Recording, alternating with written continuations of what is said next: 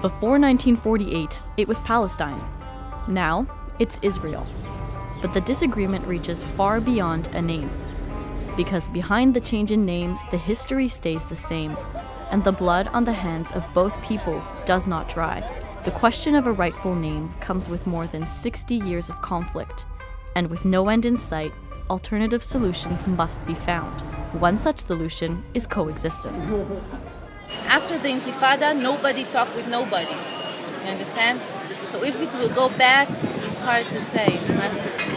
It's hard to believe, but maybe, a few people can make the small thing inside, and then it will go.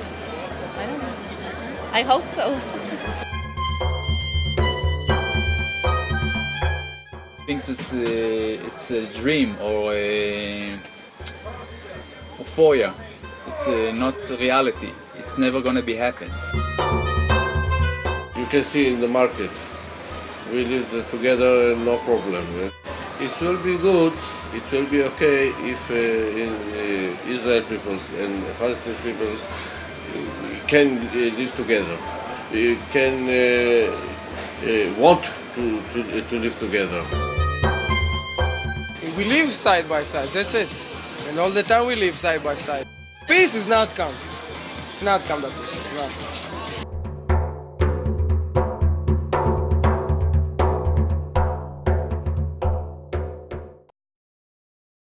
There are 7.8 million people in Israel, 6 million Jews and 1.6 million Arabs, both Muslim and Christian. The territory is divided into 3 areas. Area A, which is controlled by Palestinians. Area B, jointly controlled by Palestinians and Israelis. And Area C, controlled by Israelis. Jews and Palestinians live in all 3 areas. Jerusalem's Old City has 4 ethnic areas: Armenian, Christian, Muslim, and Jewish.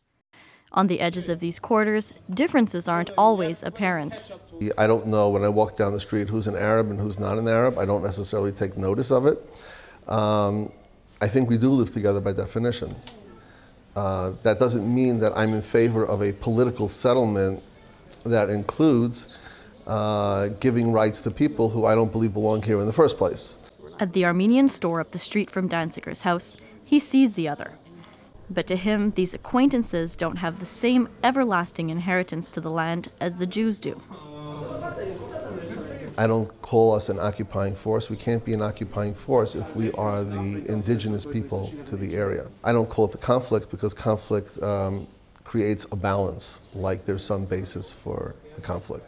There is no basis for the conflict. The Jewish people belong here. Just 300 meters from Danziger's home is the Arab market, a cultural melting pot. We are living all together now, but we don't like each other. To me, there is no people, the Palestinians. If you mean people of the Islamic religion, or Christians who are Arabs who live in the same country as I do, I'm willing to talk about them. But as Palestinians, I don't get involved in that because I don't share that view. Of course, they should care for their country, for their nation, but they don't care for the other side. And in this situation, I don't think that there is any real opportunity for peace. Far from the segregated communities of the city, a lack of constant tension gives citizens a better chance at coexistence. Oasis of Peace Navas Shalom Wahat al-Salam, founded in 1978, is located midway between Tel Aviv and Jerusalem. 30 Jewish and 30 Arabic families live there. The goal, coexistence. In 1984, Raik Razek and his wife became the 6th family in the Oasis of Peace. Since then, it has become a community where Jews and Arabs coexist, a place that leaves room for a new kind of normality. We grew up never having the chance to talk directly face to face. And now, they do. Problems with community development and organization have sprung up over the years, but they're not over nationality. The conflicts that we have been facing here, or the arguments, were not specifically between Jews and Palestinians, okay? Within every separate community, they had their own conflicts, okay? So here you lose kind of your identity, or you begin to search for a new identity. I mean, coming here being a Jewish or being a Palestinian, you somehow are in the beginning sure that you will be with this group against that group. This new identity is not always understood by outsiders. For those who were telling me, no, this is not realistic what you are doing here, I tell them this is the most realistic thing. We are accepting the fact that this country is inhabited by two people, and we are living this fact, okay? Not like you living separate and still denying the right of the other side to live here, okay? But Oasis of Peace is not in an A, B, or C area. As it could never be decided whose side the land should be on, it became a so-called no man's land, unrecognized by international law. Until both sides can agree, it will stay this way.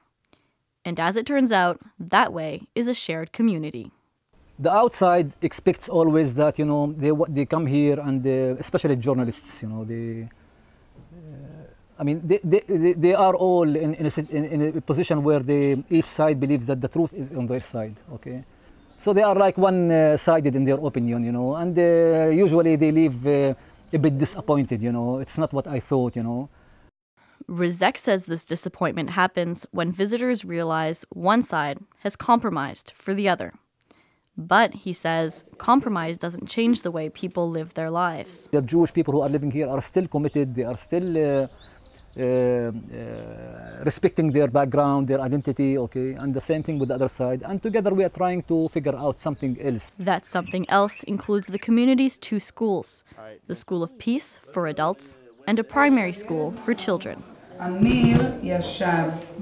the age 0, the kids began to hear Arabic and Hebrew, and at first grade they began to learn writing and reading the Arabic and the Hebrew as second language at the same time. But learning two languages is not the only mission. The goal of the school that to have graduates, human graduates that's feeling can understand the feeling of the other and can build the future together, and they can solve the problem without violence.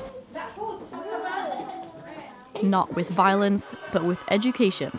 What we need to solve this conflict is create a culture of peace, and it should start from the very top of the pyramid. People, when they come, until they learn all this complexity and they visit the school and they see the classroom with the kids, Jewish and Arab, and they cannot tell the difference sometimes because they look all the same. We all look the same in this country here. 2 decades later, Oasis of Peace's message reached Jerusalem. In the midst of intercity tension, another school opened its doors to coexistence. At Hand in Hand, students go from kindergarten through 12th grade in a bicultural environment, learning Hebrew, Arabic, and English. A new kind of education for a new generation, and perhaps a new future. Well, one thing, the way they look at the other will be very different. The way the Arabs will look at the Jews will look at the Arabs will be very different. The other works by their side in every class. The other is there when sirens are heard, when people are killed, when Independence Day takes place. Through thick and thin, the other is there. And for Yunam and Ranim, the other has become their friend. One of my best friends is Jewish, and yeah, she comes to my house and I go to her house a lot. She's really open-minded and stuff. She's really good. A friendship that puts years of ethnic animosity aside. I don't think we have to build any society on hatred. I think to do so is completely wrong. And I can't believe, again, Jews that have gone through the Holocaust and have gone through anti-Semitism through the ages, would, now that we have our own country, would want to create a society that hates the other. I think the main obstacle would be prejudice and misperception. If those things will not be changed for the next generations, no matter how many treaties or peace summits there are going to be or how many ceasefires, it's not going to work.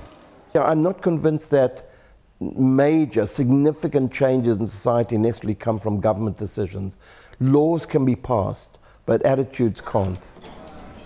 And attitudes can come into play when students go home from school. Outside the school, students get verbally harassed, but that doesn't stop them from having positive outlooks. I think it's not about being friends, it's more about respecting them and showing them that there is a good side in us. I'm not saying that there's not bad Arabs. Like, I know that there's bad Arabs terrorists, but there's also Jews who are bad.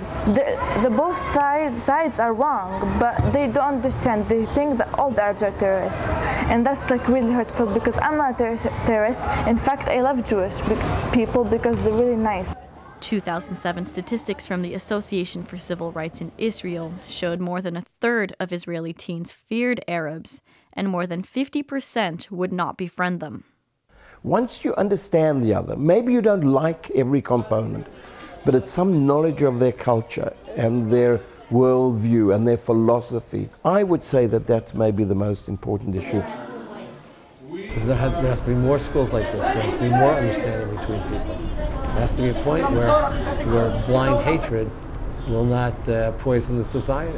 And while tomorrow's generation prepares to fix the problems of today, new cities with new ideas are cropping up.